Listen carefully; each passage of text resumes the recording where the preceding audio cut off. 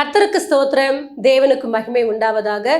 ஆண்டவரும் இரட்சகருமான இயேசு கிறிஸ்துவின் நாமத்தில் உங்கள் யாவருக்கும் என் அன்பின் வாழ்த்துக்களை தெரிவித்துக் கொள்கிறேன். தேவனின் வார்த்தை வெளிப்படும் நேரம்.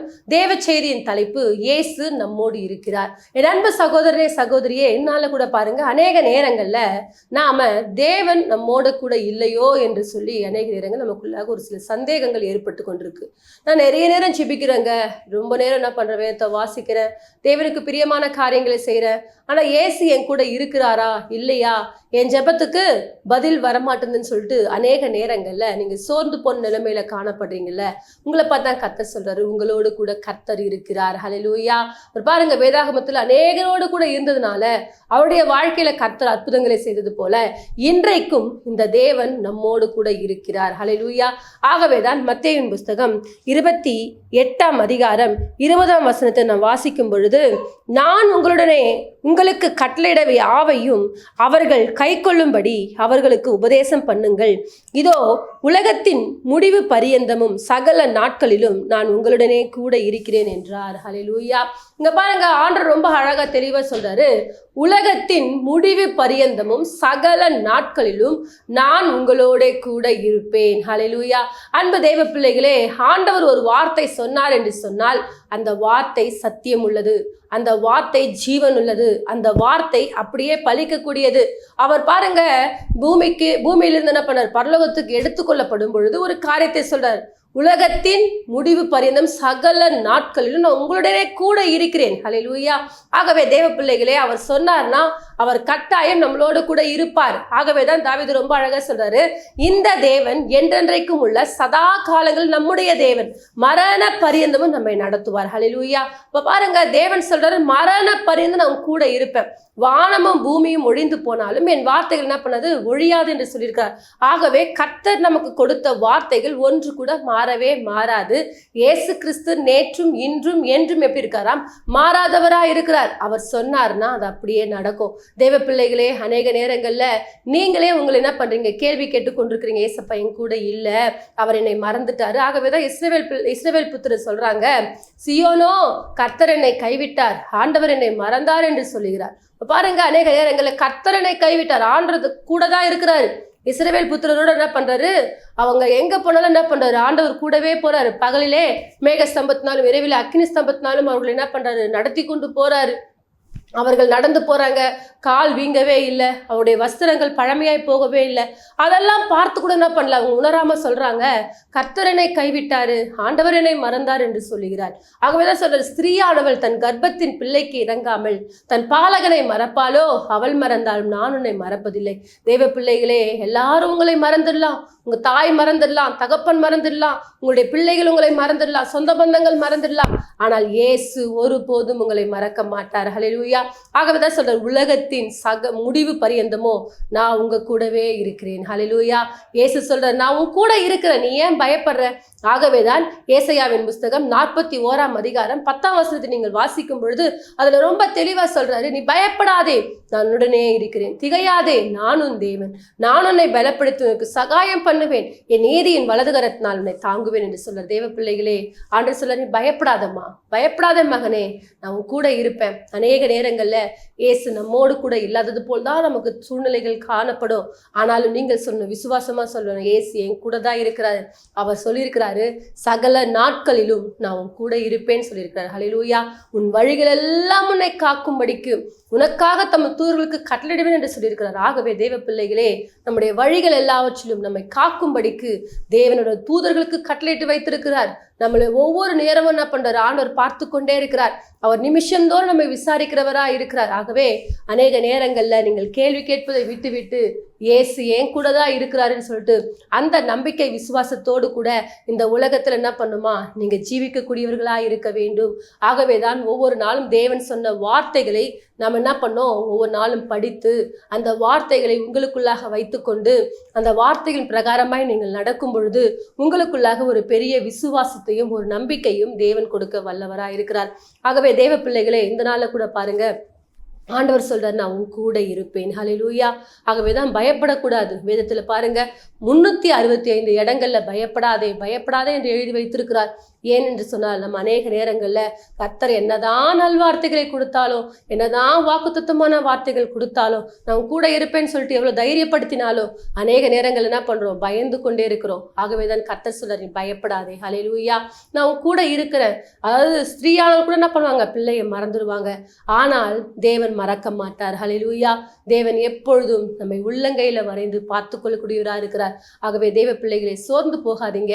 உங்கள் வாழ்க்கையில தேவன் உங்களோடு கூட இருக்கிறார். இயேசு உங்கள் அருகாமையில் இருக்கிறார். ஆகவே தான் தாவீது அடிக்கடி சொல்வாரு, அவர் என் வலது பாசத்தில் இருக்கிறபடியால் நான் அசைக்கப்படுவதில்லை. ஹல்லேலூயா. பாருங்க, அவர் சொல்றாரு நல்ல விசுவாசமா. ஏன்னா அவருக்கு தெரியும் இயேசு என் கூட தான் இருக்கிறார். ஒரு நாள் நான் மரண இருளின் பள்ளத்தாக்கில் நடக்கும் பொழுது தேவன் என் துணையாளராக இருந்தார். ஹல்லேலூயா. என் சத்துருக்களுக்கு முன்பாக அவர் எனக்கு ஒரு பந்தியை ஆயத்தப்படுத்தின தேவன்.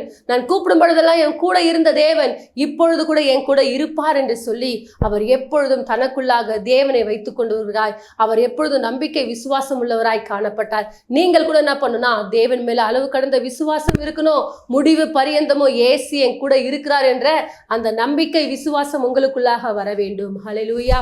பாருங்க, வேதாகமத்துல யாரோடு கூட கர்த்தர் இருந்தார் என்பதை குறித்து பார்க்க போகிறோம். 1 சாமுவேலின் புஸ்தகம் 3ஆம் அதிகாரம் 19ஆம் வசனத்தை நாம் வாசிக்கலாம். சாமுவேல் வளர்ந்தான், கர்த்தர் அவனுடனே கூட இருந்தார். அவர் தம்முடைய எல்லா வார்த்தைகளிலும் ஒன்றையாகிலும் தரையிலே விழுந்து போக விடவில்லை. ஹல்லேலூயா. இப்ப பாருங்க, சாமுவேலோடு கூட என்ன பண்ணலாம், கர்த்தர் இருந்தார். அவர் வார்த்தை ஒன்று கூட தரையில விழுந்து போகவே இல்லையா. ஹல்லேலூயா. இப்ப பாருங்க தேவனுடைய பிள்ளைகளே, தேவன் ஒரு மனிதனோடு கூட இருப்பார் என்று சொன்னால் அவன் வார்த்தையில கூட வல்லமையுடனாய் மாறுவான். இன்றைக்கு நாம் என்ன பண்ணணும், அதை நம்பணும். சாமுவேலுக்கு தெரியும், நான் ஆராதிக்கிற தேவன் அவர் என் கூட இருக்கிறாரு. அவர் என் கூட இருக்கிறதுனால தான் என் கூட கர்த்தர் என்ன பண்றாரு, பேசுறாருன்ற அந்த உணர்வு அவருக்குள்ளாக இருந்தது. அவர் எப்பொழுதும் என்ன பண்ணுவாருன்னா, உடன்படிக்கை பெட்டிக்கு முன்பாகவே இருப்பாரு. எப்ப பாரு என்ன பண்ணுவார், அங்கதான் படுத்து கொண்டு இருப்பாரு, அங்கதான் உட்காந்துட்டு இருப்பாரு. இவருடைய நோக்கமெல்லாம் நானா ஆண்டவர் என் கூட எப்ப பேசுவாருன்னு தான். பாருங்க, அவருக்கு தெரியும் தேவன் உயிரோடு கூட இருக்கிறார், அவர் என் மத்தியில தான் இருக்கிறார் என்று சொல்லி. ஹல்லேலூயா. பாருங்க, சாமுவேலோடு கூட கர்த்தர் இருந்தாராம். அவன் என்ன பண்றான், வளர்ந்தான். ஹல்லேலூயா. அவனோடு கூட கர்த்தர் இருந்ததுனால தேவன் என்ன பண்றாருன்னா, ஒரு வார்த்தையும் தவறி போகாதபடிக்கு அந்த மகனை கர்த்தர் ஆசீர்வதித்தார். என் அன்பு தேவ பிள்ளைகளே, இன்றைக்கு நம்முடைய வார்த்தையில தேவன் ஒரு வல்லமையை தரணுமா, நம்மோடு கூட கர்த்தர் இருப்பதை நாம் முதலாவதாக விசுவாசிக்கக்கூடியவர்களாக இருக்க வேண்டும். ஹல்லேலூயா. அன்றைக்கு பாருங்க, ஆதியாகமம் புஸ்தகம் 39ஆம் அதிகாரம் 2ஆம் வசனத்தை நீங்கள் வாசிக்கும் பொழுது, யோசேப்போடு கூட கர்த்தர் இருந்தாராம். அவன் காரிய சித்தி உள்ளவனாய் மாறினான். ஹல்லேலூயா. அப்போ ஒரு மனுஷனோடு கூட கர்த்தர் இருப்பதை அவர்கள் உணர்ந்தார்கள். ஆகவேதான் தைரியமா பாருங்க, ஒரு சொப்பனத்துக்கு ஒரு விடையை சொல்லணும்னு சொன்ன உடனே என்ன பண்றாங்க, உடனே தேவ சமூகத்துல போயிட்டு என்ன பண்றாங்க, முறையிடுறாங்க. உடனே தேவன் அவர்களுக்கு என்ன பண்றாரு, பதில் கொடுக்கிறார். அவர்களுக்கு தெரியும் இயேசு என் கூட தான் இருக்கிறாரு. அந்த நம்பிக்கையில தான் அவர்கள் தைரியமாய் போய் என்ன பண்றாங்க, ராஜாக்களுக்கு முன்பாக கூட என்ன பண்றாங்க, நிக்கிறாங்க. ஆனால் நாம் என்ன பண்றோம், அநேக நேரங்கள்ல என் கூட கர்த்தர் இல்லை, என் ஜெபத்தை கர்த்தர் கேட்கல, அதனாலதான் என் வாழ்க்கையில் இவ்வளவு பிரச்சனை, இவ்வளவு போராட்டம் அப்படின்னு சொல்லிட்டு நினைச்சு கொண்டிருக்கிறீங்க. தேவன் உங்களோடு கூட தான் இருக்கிறார். தேவ பிள்ளைகளே, உலகத்தின் முடிவு பரியந்தமோ தேவன் உங்களோடு கூட இருக்கிறார். அந்த தெய்வம் ஒருபோதும் உங்களை விட்டு விலக மாட்டார். ஹல்லேலூயா. ஆகவேதான் யோசுவாவை பார்த்து கர்த்தர் சொல்றாரு, நான் மோசையோடு கூட இருந்தது போல உன் கூடவும் இருப்பேன். ஹல்லேலூயா. இப்ப பாருங்க, நல்லா தெளிவா சொல்றாரு, நான் மோசையோடு கூட இருந்த மகனே, மோசையோடு கூட இருந்து எப்படியெல்லாம் அற்புதங்களை செஞ்சனோ அதே போல உன் கூடவும் இருந்த அற்புதங்களை செய்வேன், உன் கூட இருந்து என்ன பண்ணுவேன், நடத்துவேன் என்று சொல்லி ஆண்டவர் தெளிவா யோசுவாவை பார்த்து சொல்றாரு. இப்படியாக வேதத்தில் இருக்கிற ஒவ்வொரு முற்பிதாக்களுக்குள்ளாகவும் தேவன் அப்படியா இருந்து அவர்களை வழிநடத்தின அதே தேவன் தான் இன்றைக்கும் நம்மை வழிநடத்தி கொண்டிருக்கிறார். இன்றைக்கும் அவர் நம்மத்தில உலாவி கொண்டிருக்கிறார். ஆகவேதான் இயேசு சொல்றாரு, நான் போவேனாகில் நலமா இருக்கும், நான் போய் ஒரு தேற்றுவாளனை அனுப்புவேன், அவர் வந்து உங்களை என்ன பண்ணுவாராம், சகல சத்தியத்துக்குள்ளும் உங்களை நடத்துவாராம். ஹல்லேலூயா. இப்ப பாருங்க, இயேசு மாம்சமாக என்ன பண்ண முடியும், நம்ம மத்தியில உலாவ முடியாதுன்றதுக்காக தான் இன்றைக்கு ஆவியாய் நம்ம மத்தியில உலாவி கொண்டிருக்கிறார். அவர் வார்த்தையாய் நம்மோடு கூட இடைப்பட்டு கொண்டிருக்கிறார். ஆகவே இப்பொழுதும் இந்த வார்த்தைகளை கேட்டுக்கொண்டிருக்கிற தேவ பிள்ளைகளே, இயேசு என் கூட இல்லைங்க, என் வாழ்க்கையில் எந்த நன்மையும் நடக்கலைங்கன்னு சொல்லிட்டு சோர்ந்து போய் கொண்டிருக்காதீங்க. தேவ சமூகத்துல காத்துருங்க. நிச்சயமாக தேவன் உங்களுக்கு பதில் கொடுக்க அவர் வல்லவராய் இருக்கிறார். அன்றைக்கு மோசேக்கு தெரியும் இயேசு என் கூட இருக்கிறார். ஹல்லேலூயா. அன்றைக்கு யோசுவாவுக்கு தெரியும் மோசேயை வழிநடத்தின தேவன் என்னையும் வழிநடத்துவார் என்று சொல்லி. ஹல்லேலூயா. அது மாத்திரமல்ல, யோசேப்புக்கு தெரியும் இயேசு என் கூட இருக்கிறதுனால தான் இன்னைக்கு நான் ஜெயம் உள்ளவனாய் வாழ்ந்து கொண்டிருக்கிறேன். எந்த இடத்துல அடிமையாக கொண்டு போகப்பட்டாரோ அதே இடத்துல அதிபதியாய் கர்த்தர் அந்த மகனை மாற்றினார். இன்றைக்கு கூட உங்களை கூட கர்த்தர் அப்படி மாற்ற வேண்டுமா? நீங்கள் தேவனை உங்களோடு கூட வைத்துக் கொள்ள வேண்டும். முதலாவது தேவன் உங்களோடு இருக்கிறார் என்பதை நீங்க என்ன பண்ணணும்? விசுவாசிக்க வேண்டும். பாருங்க, தாவீது கர்த்தரை விசுவாசிச்சாருங்க. ஆகவேதான் சொல்றாரு, கர்த்தரை நான் எக்காலத்திலும் ஸ்தோத்தரிப்பேன், அவர் எப்போதும் என் வாயில, அவர் துதி எப்போதும் என் வாயில இருக்கும் என்று சொல்றாரு. ஆகவே தேவ பிள்ளைகளே, இந்த நாள்ல கூட பாருங்க, தாவீதுக்கு தெரியும் நான் செலுத்துகிற இந்த துதி பலிகளையோ இந்த ஸ்தோத்திர பலிகளையோ தேவன் அங்கீகரிப்பார் என்று சொல்லி. ஹல்லேலூயா. ஆகவே அவர் நல்லா என்ன பண்றது, தெளிவா என்ன பண்றது, தேவனை எப்பொழுதும் உயர்த்தி கொண்டே இருக்கிறார். அவர் எப்பொழுதும் அவருக்கு முன்பாக வைத்துக் கொண்டே இருக்கிறார். நீங்கள் கூட அவரை உங்கள் முன்பாக வைத்துக் கொள்ளுங்கள். அவர் உங்களோடு கூட இருப்பார் என்று சொன்னால் உங்களை கொண்டு கர்த்தர் பெரிய காரியத்தை செய்வார். ஹல்லேலூயா. அது மாத்திரமல்ல, தாவீதோட கூட கர்த்தர் இருந்தாராம். அவர் நாளுக்கு நாள் விருத்தி அடைந்து கொண்டிருந்தாராம். ஹல்லேலூயா. இப்ப பாருங்க, ஒரு மனுஷனோடு கூட கர்த்தர் இருப்பார் என்று சொன்னால் அவன் விருத்தி அடைந்து கொண்டே இருப்பான். அவன் காரிய சித்தி உள்ளவனாய் மாறுவான். அவன் புத்திமானாய் மாறுவான். அவனை கண்டு அநேகர் பயப்படுவார்கள். அப்படிப்பட்ட கிருபையை தேவன் நமக்கு தருவார். இன்றைக்கு நீங்கள் கூட விசுவாசிச்சு பாருங்க, இயேசு என் கூட தான் இருக்கிறாரு, உலகத்தின் முடிவு பரியந்தமோ நான் உங்களுடனே கூட இருப்பேன் என்று சொன்னவர் அவர் இன்றைக்கும் உங்கள் மத்தியில உலாவி கொண்டிருக்கிறார். அநேக நேரங்கள்ல இஸ்ரவேல் புத்திரரை போல் நாம் என்ன பண்ணக்கூடாது, கர்த்தர் என்னை மறந்தார், ஆண்டவர் என்னை கைவிட்டாருன்னு சொல்லிட்டு புலம்பிக் கொண்டிருக்காதீங்க. அந்த தெய்வத்தை விசுவாசமா என்ன பண்ணுங்க, ஒவ்வொரு நாளும் சொல்லுங்க, இந்த இயேசு என் கூட தான் இருக்கிறாரு. அதான் தாவீது சொல்றாரு, நான் நடந்தாலும், நான் படுத்தாலும், நான் எழுந்திருந்தாலும், நான் உட்கார்ந்தாலும் என்னை சுற்றி சுற்றி என்ன பண்றீங்க, என்னை சூழ்ந்து கொண்டிருக்கிறீங்க. அவருடைய கரத்தை என்ன பண்றாராம், நம்ம மேல வைத்திருக்கிறார்.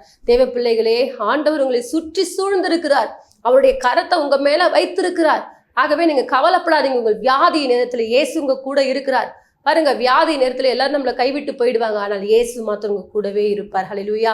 எத்தனையோ பேர் சொல்லுவாங்க, நான் வியாதியின் சூழ்நிலையில் இருக்கும் பொழுது எல்லாரும் என்னை கைவிட்டு போயிட்டாங்க, இயேசு என்னை தேடி வந்தார், இன்னைக்கு நான் சுகத்தோடு இருக்கிறேன்னு சொன்னா அதுக்கு காரணம் இயேசு தான். ஹல்லேலூயா. அநேக நேரங்கள்ல பாருங்க, கடன் பிரச்சனை இருக்கும் பொழுது எல்லாரும் நம்மளை கைவிட்டுருவாங்க, நம்மளை யாருமே மதிக்க மாட்டாங்க.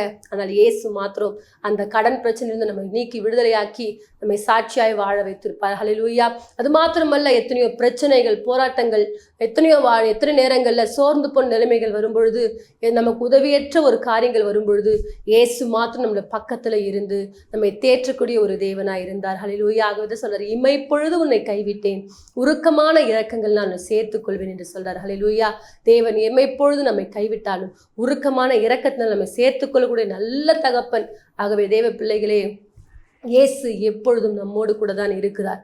அவர் எப்பொழுதும் நம்மை விட்டு விலகுவதும் இல்லை, நம்மை கைவிடுவதும் இல்லை. ஆகவே சோர்ந்து போகாதீங்க. நம்முடைய வாழ்க்கையில ஒரு தகப்பன் நம்ம கூடவே இருக்கிறார்.